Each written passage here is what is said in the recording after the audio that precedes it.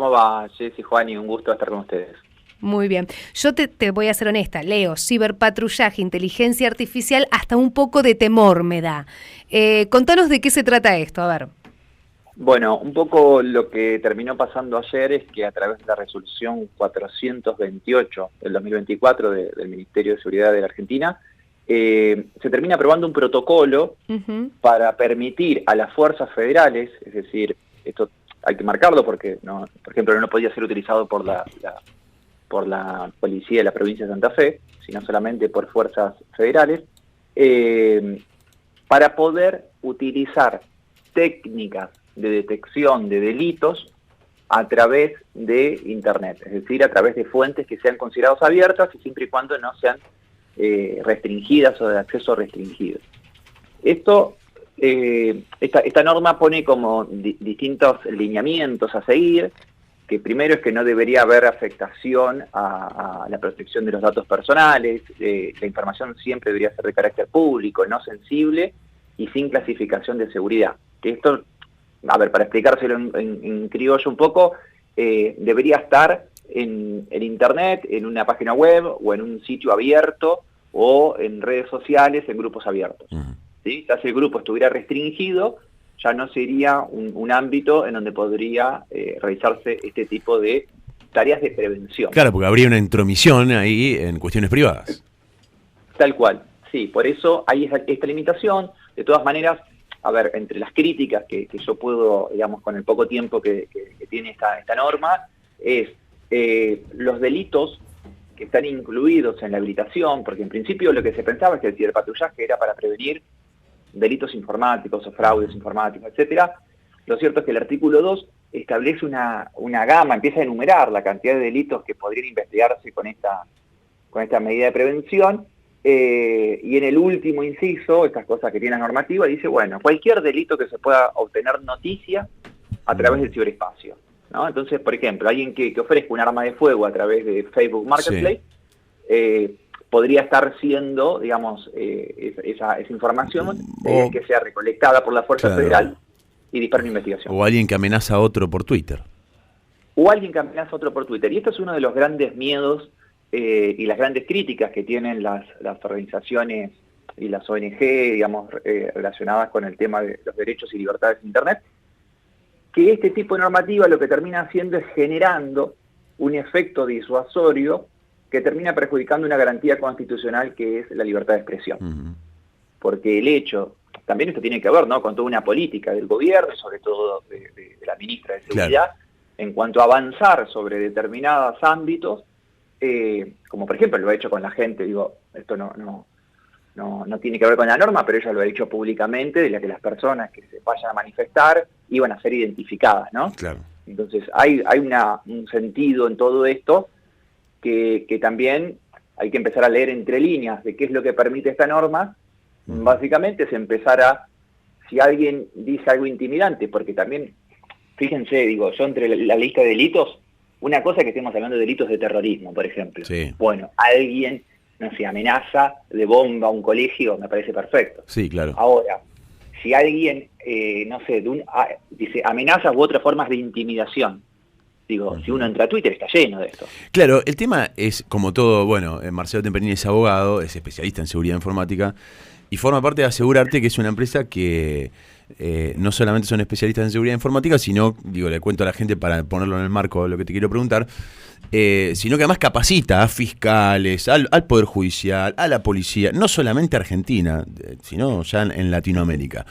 La pregunta tiene que ver con, bueno, ¿cuál va a ser el criterio? Es decir, así como la ley está sujeta a la interpretación de los magistrados, bueno, ¿sujeto a quién va a estar esa interpretación de si algo es? Y no estamos diciendo el tipo que dice, bueno, voy a poner una bomba en un colegio. Estamos diciendo alguien que a lo mejor en una discusión tiene algunos calificativos que alguien lo puede tomar como una amenaza, pero que está en el marco de una discusión. ¿Quién va a interpretar si eso es o no es o está vinculado a la posibilidad de la comisión de un delito?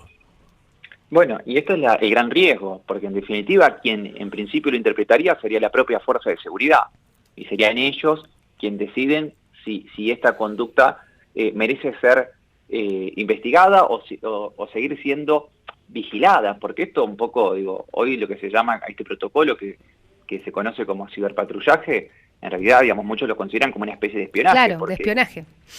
Y hay una persecución, o por lo menos un aviso, y esto tiene que ver mucho con esta disuasión psicológica de cómo las personas podemos o no podemos actuar, porque lo que está claro es que si cualquiera de nosotros comete un delito, digo, y parte, digo, no sé, yo publico algo en internet y vendo un objeto que está prohibido por ley, digo, siempre estuvo latente la posibilidad de que alguien recolecte esa información e inicie una investigación, ¿no? Si yo vendo un arma de fuego, yo no necesito una norma como esta para que alguien tome noticia y diga, bueno, vamos a llevar adelante una investigación. No, perdón, Marce, de hecho, cuando hubo amenazas a presidentes, a mandatarios, sin esta norma, también, digo, hubo hasta gente detenida, causas iniciadas.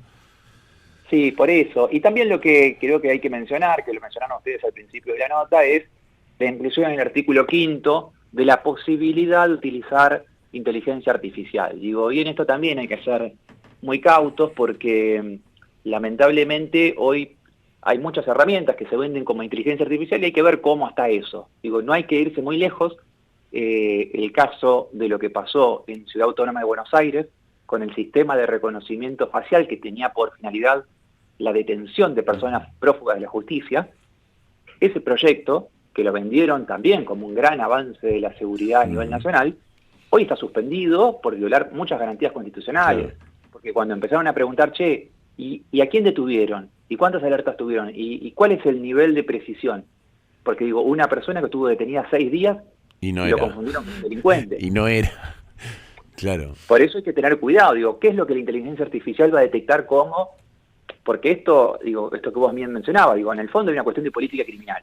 De qué es lo que me interesa. Porque si yo agarro el Código Penal y digo, bueno, todos los delitos que podrían ocurrir o podrían tener, ¿no?, una especie de indicio de investigación en Internet, hay un montón de cosas.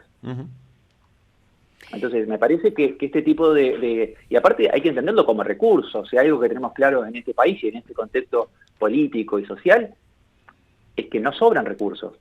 Digo, y este tipo de andamiajes presenta una cantidad de personas dedicadas que me parecería que sería interesante. Yo creo que se perdió una oportunidad para decir, bueno, esto me parece una buena herramienta tecnológica de investigación. Ahora, usémoslo para los casos que ameriten este tipo de cosas. ¿Sí? Digo, si yo detecto, por ejemplo, una persona que está ofreciendo material de abuso sexual infantil, digo, me parece que para eso está. ¿Y en el resto del mundo o en los países vecinos, Marcelo, se utilizan este tipo de investigaciones a través del ciberpatrullaje? Digo, ¿existen este tipo de herramientas? Mirá, ¿están más avanzados, menos avanzados que nosotros? Es que yo no sé si es considerar que son más o menos avanzados. En Latinoamérica no hay este tipo de normativa. De hecho, parte de mi estudio del doctorado en Derecho tiene que ver con medidas de investigación. No existe ni en Colombia, ni en México, ni en España este tipo de cosas. ¿Dónde puede encontrar este tipo de normativas y de rigurosidad y de investigación haciendo redes sociales? Probablemente tendríamos que irnos al gobierno chino. Digo, pero fíjate que estamos hablando de un gobierno con otro tipo de políticas. ¿No? Sí, pero absolutamente distinta. Digamos.